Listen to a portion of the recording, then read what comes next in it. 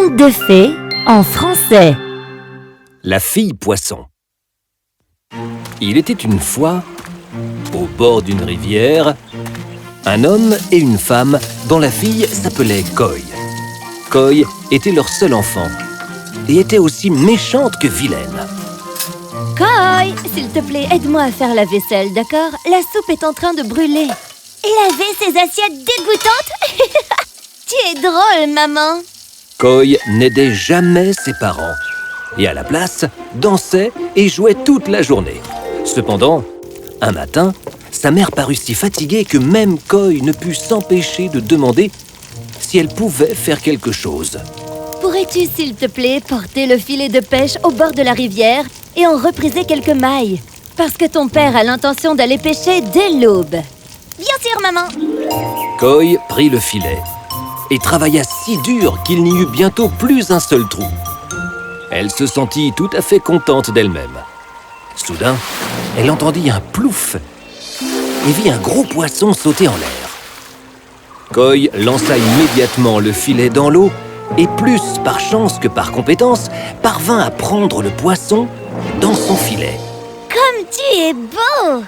Tu n'as pas intérêt à me faire du mal, fille égoïste. Ne me sors pas de l'eau, sinon je te changerai en poisson. T'as compris? Stupide poisson!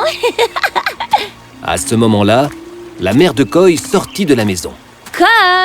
En as-tu fini avec le Oh! Ciel! C'est un très beau poisson! Je l'ai attrapé toute seule et devine, il parle aussi! Quoi? Oui, mère! Et il dit que si je le sors de l'eau, il me changera en poisson, tu te rends compte? Incroyable, non? Relâche-le! Peut-être qu'il est doué pour la magie? Pas question! Je vais le tirer hors de l'eau!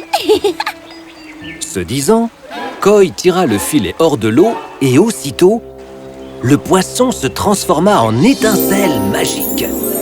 Il flotta dans les airs et dit: J'ai voulu te mettre en garde et à présent il est trop tard. À présent, tu prendras cette forme, poisson.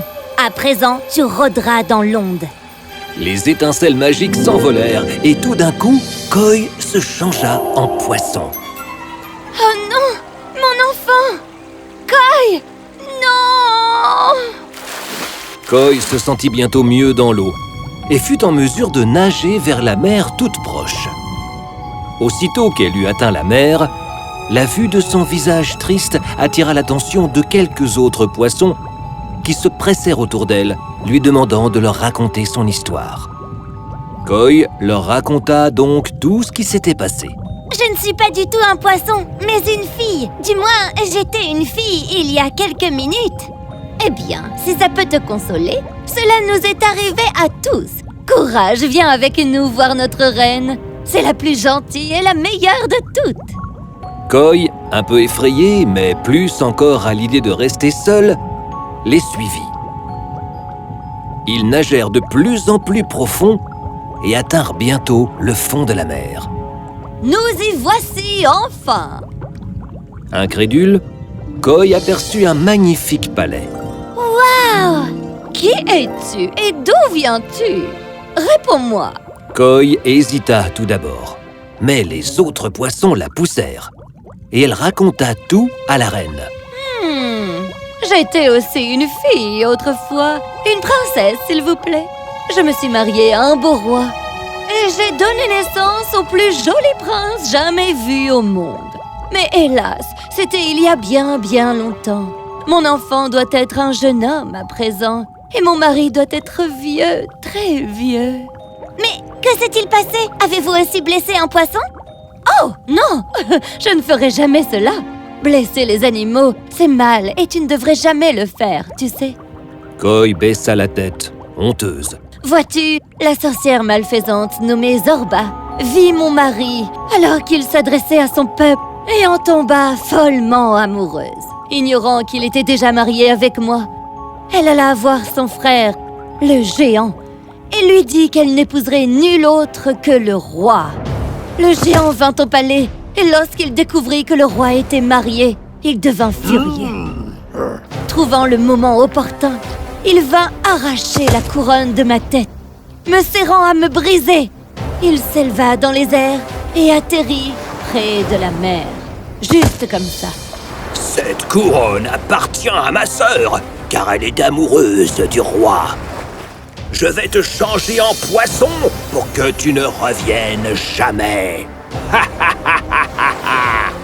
Seulement, si tu récupères cette couronne, ce qui n'arrivera jamais, tu retrouveras ta forme humaine.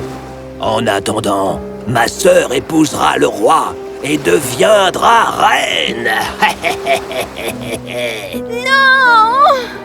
Que s'est-il passé ensuite? Tandis qu'il me transformait, un corbeau vola vers lui et lui murmura quelque chose à l'oreille. Ma sœur, non! Hé! Que s'est-il passé?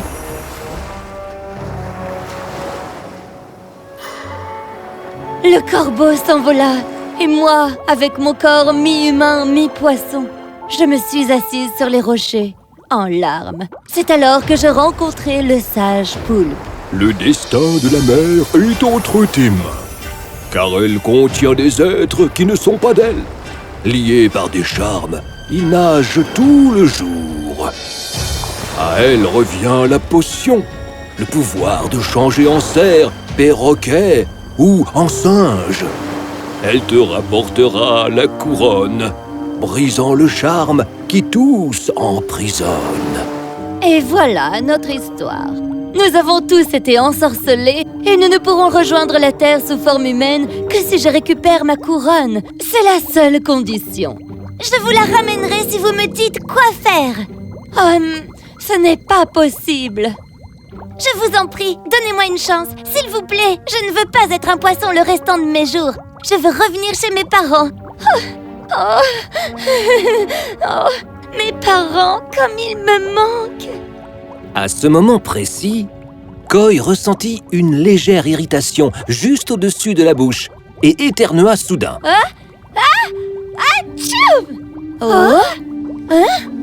Mais c'est toi! Mais c'est toi! Et soudain, une lueur d'espoir s'alluma dans la faune marine. Tiens, prends cette potion et bois-la. Koi, un peu réticente, lançait des regards aux alentours. Il n'y a pas de danger à suivre mon conseil, d'accord? Bois-le, retourne sur Terre et monte au sommet de la haute montagne où se trouve le château du géant. Mais sois prudente, car s'il te voyait, il te ferait du mal. C'est en cela que la potion t'est utile, en te permettant de te changer en cerf, en perroquet ou en singe. Tu n'as qu'à hocher la tête et prononcer son nom. Tu as compris? Koi acquiesça et but la potion. Elle prit congé des autres poissons et s'en fut chercher la couronne. Bonne chance, Koi! Parvenue au rivage, Koi hocha la tête. Cerf, viens à moi! En un instant, elle se transforma en un beau cerf au bois étendu et aux pattes élancées. Elle sourit et s'élança, bondissant aisément au-dessus des roches et des buissons sur son chemin. Bientôt, alors qu'elle traversait une jungle dense, elle tomba soudain sur un homme assis sous un arbre, jouant de la flûte. Son nom était Sylvestre, et c'était le fils de la reine. Koi s'arrêta net, car elle n'avait jamais vu d'homme aussi charmant. Sylvestre abaissa sa flûte et regarda le cerf effarouché. Ses yeux étincelaient, hypnotisaient. Il n'avait jamais vu cela chez un cerf. Ses yeux lui apparurent comme humains. Koi passa doucement devant lui et détala. « Attends! Ça ne peut pas être un vrai cerf! Les cerfs ne parlent pas! Et aucun ne peut avoir ces yeux-là! Est-elle une fée? Une fille enchantée? » Koi arriva au château du géant hors d'haleine et hocha la tête. « Singe, viens à moi !» Elle se balança bientôt des plus hautes branches, d'arbre en arbre. Koi arriva dans la chambre où ronflait le géant allongé. « Je devrais me transformer. Il ne donnera jamais la couronne à un singe, c'est sûr. » Elle se changea en un perroquet rose et gris et arriva devant le géant. Tandis que le géant ouvrait les yeux, elle dit « Je suis ici pour la couronne. Rendez-la maintenant. Votre sœur est morte et et vous n'en avez pas l'usage. Du calme, s'il vous plaît. Ma mort ne vous rendra pas votre sœur et ne rendra certainement pas le temps perdu à la reine que vous avez changé en poisson. Vous êtes un méchant géant. Entendant cela, le géant fut pris au dépourvu, car il avait complètement oublié ce qu'il avait fait à la reine. Mon Dieu! La reine? Oui, la reine. Oh, quel insensé j'ai été de l'oublier! Ne t'inquiète pas, ça va, ce n'est pas trop tard. Donnez-moi la couronne et je la lui porterai. Oh, gentil petit perroquet.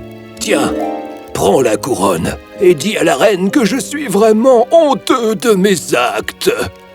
Koi saisit la couronne et, sans plus attendre, s'envola par la fenêtre. Lorsque Koi parvint à la mer, elle cria une dernière fois. Poisson, viens à moi! Elle plongea et nagea jusqu'aux profondeurs du château, où la reine et les autres poissons étaient rassemblés dans la tente. Koi était parti depuis quelques mois, et ils étaient alors plus sceptiques qu'anxieux. Koi alla droit vers la reine qui se pencha, prit la couronne et la plaça sur sa tête. À cet instant précis, sa queue tomba, révélant la plus jolie paire de pieds au monde. Les demoiselles qui l'entouraient perdirent leurs écailles et redevinrent des filles. C'est toi qui nous as rendu notre vie. Toi, Koi, ma chère. Tu as accompli un haut fait. Je ne te remercierai jamais assez d'avoir risqué ta vie pour nous tous. Prends soin de toi et souviens-toi bien. Tu n'es pas un bon humain si tu es égoïste et désagréable envers les autres humains et les animaux qui t'entourent. J'ai appris la leçon, ma reine. Je ne serai plus désagréable ou égoïste envers personne. Ils se dispersèrent donc dans la joie. Quand Koi revint chez elle, ses parents sautèrent de joie et la serrèrent fort dans leurs bras. Ah, ma petite, je croyais ne plus jamais te revoir. Koi leur expliqua tout ce qu'il s'était passé. Ses parents étaient sous le choc, mais aussi ravis que leur fille soit enfin de retour. Pendant ce temps, la reine se rendit au palais et expliqua tout au roi et au prince.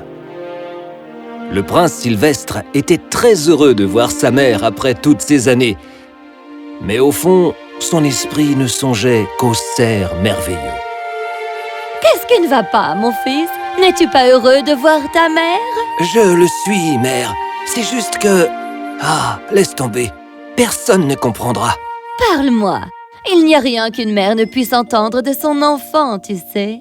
Sylvestre dit tout à sa mère du cerf enchanté et de ses yeux ensorceleurs. Ce à quoi la reine se mit simplement à rire. Oh, Koi! Koi?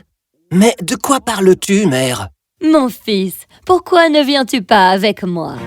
Oui, qui est-ce? Oh, ma reine! Et... Voici mon fils, Sylvestre.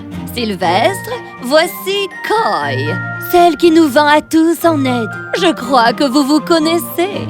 Sylvestre se tint devant elle, pétrifié, car elle était bien plus belle que tout ce dont il avait pu rêver. Il perdit tout courage et demeura ainsi, la tête basse. Koi sourit et se dirigea vers lui. Tous deux se regardèrent. Le temps s'était arrêté. La reine et les parents de Koi se contentèrent de les regarder en souriant.